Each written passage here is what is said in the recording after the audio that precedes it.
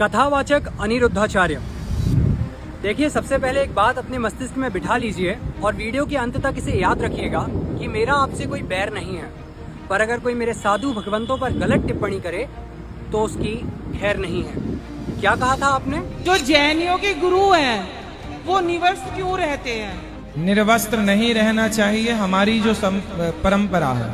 अब वो क्यों रहते हैं, उन्हीं से सवाल करना चाहिए। तो आइए इसी बात पर आपका परिचय कराते हैं सनातन धर्म से। ऋग्वेद में एक श्लोक आता है, ओम नग्नम सुधीरम दिग्वाससम ब्रह्म गर्भम सनातनम मुपेति वीरम पुरुष मरहंत मादित्य वर्णम तमसः पुरस्तात् स्वाहा, जिसका अर्थ होता है कि मैं धीर, वीर, गंभीर, सनातन, दिगंबर और ब्रह्म रूप आदित्य वर्ण वाले अरिहंत परमात्मा की शरण को प्राप्त होता हूँ। एक मिनट, और क्या कहा था आपने? वस्त्र होकर के हमारे यहाँ स्नान किया था गोपियों ने, तो भगवान ने वस्त्र चुराकर ये प्रेरणा दी कि आपको निर्वस्त्र नहीं रहना चाहिए। अच्छा, आप जिन श्री कृष्ण की बाल क्रीड़ाओं का अर्थ का अनर्थ करके प्रस्तुत कर रहे हैं, उन श्री कृष्ण ने अपनी परिपक्व ज्ञान की अवस्था में यानी कि महाभारत में कहा, आरोहस्व रथम पार्थम गांडीवम करे कुरु निर्जिता मेदिनी मन्ये निर्ग्रंथा यदि सन्मुखे, यानी कि हे अर्जुन, अपने हाथों में धनुष लो और रथ पर सवार हो जाओ, क्योंकि मैं जानता हूँ कि जिसके समक्ष निर्ग्रंथ साधु दिगंबर साधु चले आ रहे हैं वह कभी हार नहीं सकता, उसकी जीत निश्चित है। मुझे नहीं पता कि एक कथावाचक होने के नाते आपके अंदर इतना ज्ञान क्यों नहीं है, क्योंकि यजुर्वेद में आता है, ओम नमो अरहंतो ऋषभो, यानी कि मैं अरहंत नाम वाले ऋषभ देव को प्रणाम करता हूँ। आप 2 मिनटों के लिए अपने कपड़ों को उतार दीजिए तो आपके अंदर वासनाओं के भाव आ जाते हैं, पर एक दिगंबर साधु जिसने अपने वसनों का सदैव के लिए त्याग कर दिया है, समस्त परिग्रह का जीवन काल के लिए त्याग कर दिया है, उनके साथ आप 2 साल भी बैठ जाएंगे ना तो आपके अंदर कोई विकार भाव नहीं आएगा। यह ताकत होती है एक निर्ग्रंथ दिगंबर अवस्था की। इसलिए तो आपके ही कुल के एक बड़े भाई ने कहा है, जैन धर्म के मुनियों की तपस्या पूरे विश्व के लिए शोध का विषय बनी। आपके दक्षिणामूर्ति सहस्त्रनाम ग्रंथ में लिखा हुआ है, शिववाच जैन मार्ग रतो जैनो जित क्रोधो जितामया, यानी कि जैन मार्ग में रति करने वाले जैनी क्रोध को और रोग को जीतने वाले होते हैं, और यह कहने वाले स्वयं शिव जी हैं। तो मुझे ऐसा लगता है कि चलो ठीक है, आपको हमारे शास्त्रों का ज्ञान नहीं होगा, पर अपने शास्त्रों का तो ज्ञान होना चाहिए ना आदरणीय।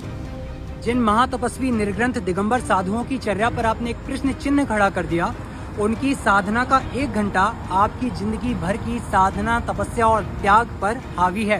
क्या आपको पता है, जब कभी हम मुनि भगवंतों के कक्ष में जाते हैं तो निस्सही बोलते हैं और आते हैं तो असही बोलते हैं। उसका उद्देश्य होता है कि आपके चरणों में कई रिद्धियां, सिद्धियां और देवतागण बैठे हुए होते हैं, कहीं उनको हमारे कारण कष्ट ना हो जाए, क्योंकि वे तो अदृश्य हैं, इसलिए हम उनसे हटने के लिए प्रार्थना कर रहे हैं। आपका एक नगर पुराण है, उसमें आता है, 10 भोर जितेर विप्रे यत फलम जायते कृते मुने अरहत सुभक्तस्य तत्फलम जायते कलौ, यानी कि सतयुग में 10 ब्राह्मणों को भोजन कराने का जो फल प्राप्त होता था, कल युग में वही फल एक दिगंबर जैन मुनि को आहार कराने से प्राप्त होता है। मैं ये सारी चीजें आपको इसलिए नहीं बता रहा हूँ कि मेरे अंदर ज्ञान अधिक है, बल्कि इसलिए बता रहा हूँ कि ऐसी गलती आपसे पुनः ना हो।